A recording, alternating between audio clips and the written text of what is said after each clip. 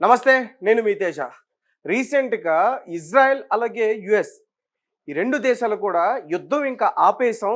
ఇకపై మేము ఇరాన్ పైన యుద్ధం చేయమంటూనే మళ్ళీ ఇరాన్ పైన ఒక స్కూల్ పైన అటాక్ చేశారు. రీసెంట్‌గా బాయ్స్ స్కూల్స్ పైన ఇరాన్‌లో కజ్విన్ అనే ఒక ప్రాంతంలో బాయ్స్ స్కూల్ పైన అటాక్ అయితే చేయడం జరిగింది. దీనికి సంబంధించిన పూర్తి వివరాలన్నీ కూడా ఇప్పుడు వెలుగులోకొచ్చాయి. F-33 జెట్ క్రూయిజ్ మిసైల్ వెళ్ళి అటాక్ చేసింది. ఐఆర్జేసీ డిపార్ట్మెంట్స్ కూడా అక్కడే దగ్గరలో ఉన్నాయి. దాని పక్కనే ఒక స్కూల్ ఉంది. అక్కడ అటాక్ చేయడం వల్ల మొత్తం కూడా పూర్తిగా ధ్వంసమైపోయి ఆ పక్కనున్న ఆ భవనాలన్నీ కూడా వాళ్ళు పరుగు పెడుతున్న దృశ్యాలన్నీ కూడా బయటకు వచ్చాయి. మీరు పక్కనే విజువల్స్లో చూడొచ్చు. అక్కడ మిసైల్ వచ్చి ఢీ కొట్టగానే వాళ్ళు అక్కడి నుంచి తప్పించుకోవడానికి ఏ విధంగా ప్రయత్నిస్తున్నారో అవన్నీ కూడా సీసీటీవీ ఫుటేజ్లో రికార్డ్ అయిన విజువల్స్ ఇప్పుడు వెలుగులోకి వచ్చాయి. మీరు చెప్పండి, ఇప్పుడు ఒక పక్క యుద్ధం ఆపేస్తున్నాం సీజ్ ఫైర్ అని చెప్పి, ఎవరో ఒక శాంతి దూత ఎక్కడికో ఇరాన్ వెళ్ళాడని చెప్పేసి యుద్ధం ఆగిపోయిందని చెప్తున్నారు. లేదంటే కొంతమంది మేము చేస్తున్న వీడియోస్కే మీరు చేస్తున్న కామెంట్స్, ట్రంప్కి ఏదో అయిందంటే ట్రంప్కి అలా కాదు, ట్రంప్ దేవుడు అని చెప్పేసి మీరు కామెంట్స్ చేస్తున్నారు. లేదా బెంజమిన్ నెతన్యాహు చనిపోయాడు, అతనికి ఆరోగ్య పరిస్థితి బాగాలేదంటే అతను దేవుడు, లేకపోతే ఇంకోటి అని చెప్పేసి చాలామంది పొగుడుతున్నారు. అలా అని అయితుల్లా అలీ ఖమేనీ కూడా చాలామంది ఇక్కడ అభిమానులు ఉన్నారు. అంటే మన దేశం పైన మీకు ప్రేమ లేదు, కానీ ఇతర దేశాలకు సంబంధించిన అధ్యక్షులకి ఏదైనా అయితే మాత్రం మీకు ఎక్కడ లేని ఆ బాధ, ప్రేమ అవన్నీ కూడా రీసెంట్గా పుట్టుకొచ్చేస్తాయి. మీరు గమనించారా? గల్ఫ్ కంట్రీస్లో దగ్గరగా 12,000 మంది భారతీయులు చిక్కుకున్నారు.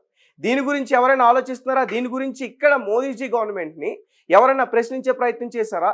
12,000 మంది మిడిల్ ఈస్ట్ కంట్రీస్లో మొత్తం కూడా ఇరుక్కుపోయి అక్కడ ఎంఎస్సీని, మన భారత ఎంఎస్సీ డిపార్ట్మెంట్స్ ఏవైతే ఉంటాయో ఆ కార్యాలయాల్ని చాలామంది ఫోన్ చేసి మీకు దండం పెడతాం, ఏ టైంలో మాకు ప్రాణాలు పోతాయి అనే ఆ భయంతో గుప్పెట్లో పెట్టుకుని బతుకుతున్నాం, ఇక్కడి నుంచి మమ్మల్ని తీసుకెళ్ళండి ఎలా అయినా సరే అని చెప్పేసి చాలామంది ప్రయత్నిస్తున్నారు. కానీ ఎవరు కూడా పట్టించుకొని పరిస్థితి. దాని గురించి మీరు ఖచ్చితంగా క్వశ్చన్ చేయండి. లేదంటే ట్రంప్కు ఏదో అయిందని, బెంజమిన్ నెతన్యాహుకు ఏదో అయిందని దీని గురించి మీరు కామెంట్స్ పెట్టడం కాదు.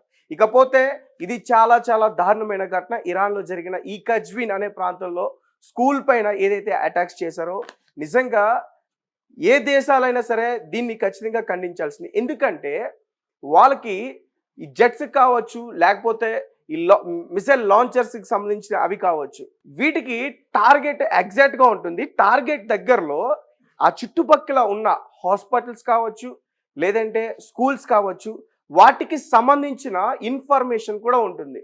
అంటే వాళ్ళు తెలిసి కావాలనే అటాక్స్ చేశారు. ఇరాన్ ఇప్పటి వరకు పూర్తి స్థాయిలో దెబ్బతీయాలన్న ప్రయత్నం వాళ్ళది ఖచ్చితంగా సఫలం అయింది. కానీ ఇరాన్ ఎదురు దాడి చేస్తుంది. అమెరికాకు సంబంధించిన గల్ఫ్ కంట్రీస్లో ఉన్న స్థావరాలపైన పూర్తి స్థాయిలో యుద్ధం చేస్తుంది. ఇప్పటి వరకు 7 రాడార్ సిస్టమ్స్ని పూర్తిగా ధ్వంసం చేసేస్తుంది. అందులో ఒకటి థర్డ్, అది ఏదైతే ఉందో 10,000 కోట్లు పెట్టి దాన్ని నిర్మించారు జార్డన్ అనే ఒక దేశంలో. దాన్ని పూర్తిగా ధ్వంసం చేసి, అంటే కక్షతో వీళ్ళపైన మళ్ళీ ప్రతీకార చర్యలతో ఇరాన్ పైన ఇజ్రాయెల్ అలాగే అమెరికా ఈసారి విరుచుకుపడుతుంది. మరి ఇట్లా స్కూల్స్ పైన అటాక్స్ చేయడం ఎంతవరకు కరెక్ట్? మీ కమెంట్స్ ఏంటి? మీరేం చెప్తారు? ఎందుకంటే ఒక పక్క బెంజమిన్ నెతన్యాహుకి ఏదైనా అంటే మీ రియాక్షన్ ఎట్లా ఉంటుందో మేము కామెంట్స్లో చూస్తున్నాం. ట్రంప్కి ఏదైనా అవుతుంది అనుకుంటే మీ రియాక్షన్ కమెంట్స్లో చూస్తున్నాం. మరి ఇట్లా స్కూల్స్ పైన అటాక్స్ చేస్తున్న ట్రంప్ పైన, బెంజమిన్ నెతన్యాహు పైన మీ రియాక్షన్ ఏంటి? మీరు ఖచ్చితంగా కామెంట్ సెక్షన్లో మాకు తెలియపరచండి.